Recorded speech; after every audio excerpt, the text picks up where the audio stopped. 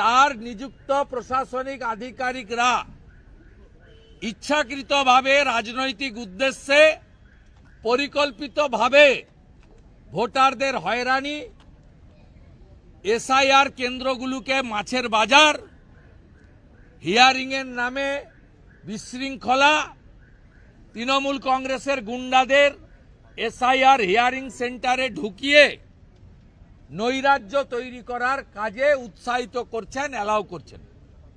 তিনি না দেখা করার ফলে আমরা সাংবিধানিক প্রধানের কাছে 4টে দাবি রেখেছি এবং বলেছি আপনি ইমপ্লিমেন্ট করতে পারেন না, এক্সিকিউশনের পার্ট আপনার নেই, কিন্তু আপনি অ্যাডভাইস করতে পারেন, সংবিধান সে অধিকার আপনাকে দিয়েছে। আপনি দয়া করে চিফ সেক্রেটারিকে অ্যাডভাইস করুন এই জিনিসগুলো হচ্ছে। আপনারা সবাই জানেন ইলেকশন কমিশন সংক্রান্ত যে কোনো ফাইল এলে সেটা মুখ্যমন্ত্রীর কাছে তার টেবিল করতে হয় না, অনুমতি নিতে হয় না। এটা এই রাজ্যের জন্য নয়, ওটা ভারতবর্ষের জন্য। গোটা ভারতবর্ষে একই আইন।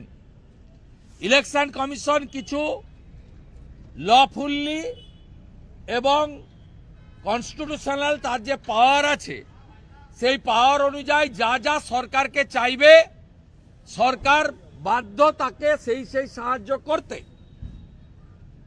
কিন্তু পশ্চিমবঙ্গে আগের চিফ সেক্রেটারি মনোজ পন্ত এবং বর্তমান চিফ সেক্রেটারি নন্দিনী চক্রবর্তী প্রত্যেকটা ফাইল মুখ্যমন্ত্রীর কাছে পাঠান। আমরা ডকুমেন্ট নিয়ে কথা বলছি। মুখ্যমন্ত্রীর principal secretary Gautam Sanyal note করেন এবং মুখ্যমন্ত্রীকে অ্যাপ্রুভ, ক্যাপ্টেন এভিয়েন্স, রিজেক্ট, পেন্ডিং এসব কথা উনি লিখেন, যেগুলো সরাসরি সংবিধানকে ভায়োলেশন বলে আমরা মনে করি। মুখ্যমন্ত্রী ক্ষমতা হারানোর ভয়ে মৃত ভোটার, ভুয়া voter, double triple entry voter, Bangladeshi অবৈধ অনুপ্রবেশকারী মুসলমান এবং রোহিঙ্গাদের ভোটার তালিকায় রাখতে চান। এই মুখ্যমন্ত্রীর পূর্ণ পরিকল্পনা হচ্ছে এসআইআর কে ভণ্ডুল করো, প্রয়োজনে রাস্তায় গোলমাল করো, জ্ঞানেশ কুমারজিকে ভ্যানিশ কুমার বলো, মনোজ আগরওয়ালকে ভয় দেখাও, আর এসআইআর আটকে 24 সালের লোকসভা ভোটের পুরনো ভোটার লিস্টে ভোট করার জন্য সুপ্রিম কোর্টে গিয়ে আবেদন করো। এর চাল ধরা পড়ে গেছে। ছত্রে ছত্রে ড্রামার নাটক, মিথ্যাচার ছাড়া সত্য কথা বলে না। আপনারা শুনলে অবাক হয়ে যাবেন। আমি এলওপি ডকুমেন্ট নিয়ে, এভিডেন্স নিয়ে বলছি।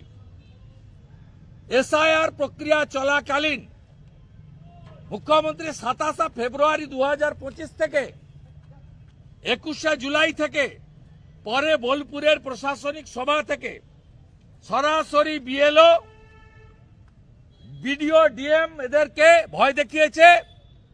ইলেকশন কমিশন ও তো 2 মাসের, আমি ছিলাম, আমি থাকবো, ভেবে শুনে ভেবে চিন্তে কাজ করবেন।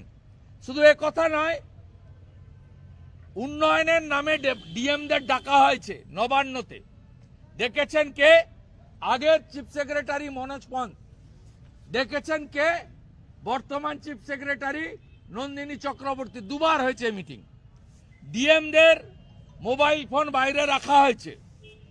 হঠাৎ করে যে মিটিংয়ে মুখ্যমন্ত্রী থাকার কথা নয়, মিটিং চালু হওয়ার পরে খানিক পরে উনার উদয় হয়েছে। মনোজ পন্ত এবং মুখ্যমন্ত্রী তারা যুক্তি করে এটা করেছেন যে তার নিযুক্ত প্রশাসনিক আধিকারিকরা ইচ্ছাকৃতভাবে রাজনৈতিক উদ্দেশ্যে পরিকল্পিতভাবে ভোটারদের হয়রানি, এসআইআর কেন্দ্রগুলোকে মাছের বাজার, হিয়ারিংয়ের নামে বিশৃঙ্খলা, তৃণমূল কংগ্রেসের গুন্ডাদের এসআইআর হিয়ারিং সেন্টারে ঢুকিয়ে নৈরাজ্য তৈরি করার কাজে উৎসাহিত করছেন, অ্যালাউ করছেন। তিনি না দেখা করার ফলে আমরা সাংবিধানিক প্রধানের কাছে 4টে দাবি রেখেছি এবং বলেছি আপনি ইমপ্লিমেন্ট করতে পারেন না, এক্সিকিউশনের পার্ট আপনার নেই, কিন্তু আপনি অ্যাডভাইস করতে পারেন, সংবিধান সে অধিকার আপনাকে দিয়েছে। আপনি দয়া করে চিফ সেক্রেটারিকে অ্যাডভাইস করুন এই জিনিসগুলো হচ্ছে।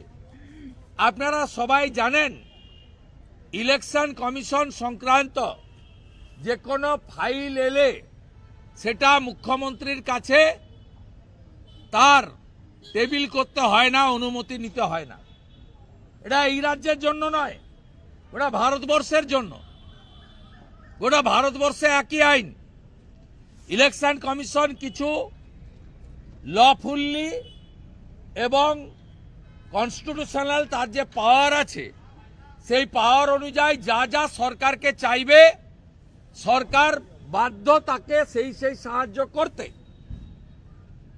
কিন্তু পশ্চিমবঙ্গে আগের চিফ সেক্রেটারি মনোজ পন্ত এবং বর্তমান চিফ সেক্রেটারি নন্দিনী চক্রবর্তী প্রত্যেকটা ফাইল মুখ্যমন্ত্রীর কাছে পাঠান। আমরা ডকুমেন্ট নিয়ে কথা বলছি। মুখ্যমন্ত্রীর principal secretary Gautam Sanyal note করেন এবং মুখ্যমন্ত্রীকে অ্যাপ্রুভ, কেপটিন এভিয়েন্স, রিজেক্ট, পেন্ডিং এসব কথা উনি লিখেন, যেগুলো সরাসরি সংবিধানকে ভায়োলেশন বলে আমরা মনে করি। মুখ্যমন্ত্রী ক্ষমতা হারানোর ভয়ে মৃত ভোটার, ভুয়া voter, double triple entry voter, Bangladeshi অবৈধ অনুপ্রবেশকারী মুসলমান এবং রোহিঙ্গাদের ভোটার তালিকায় রাখতে চান। এই মুখ্যমন্ত্রীর পূর্ণ পরিকল্পনা হচ্ছে এসআইআর কে ভণ্ডুল করো, প্রয়োজনে রাস্তায় গোলমাল করো, জ্ঞানেশ কুমারজিকে ভ্যানিশ কুমার বলো, মনোজ আগরওয়ালকে ভয় দেখাও, আর এসআইআর আটকে 24 সালের লোকসভা ভোটের পুরনো ভোটার লিস্টে ভোট করার জন্য সুপ্রিম কোর্টে গিয়ে আবেদন করো। এর চাল ধরা পড়ে গেছে। ছত্রে ছত্রে ড্রামার নাটক, মিথ্যাচার ছাড়া সত্য কথা বলে না। আপনারা শুনলে অবাক হয়ে যাবেন। আমি এলওপি ডকুমেন্ট নিয়ে, এভিডেন্স নিয়ে বলছি। এসআইআর প্রক্রিয়া চলাকালীন মুখ্যমন্ত্রী 27 ফেব্রুয়ারি 2025 থেকে 21 জুলাই থেকে পরে বোলপুরের প্রশাসনিক সভা থেকে সরাসরি বিএলও, বিডিও, ডিএম এদেরকে ভয় দেখিয়েছে। ইলেকশন কমিশন ও তো 2 মাসের, আমি ছিলাম, আমি থাকবো, ভেবে চিন্তে কাজ করবেন।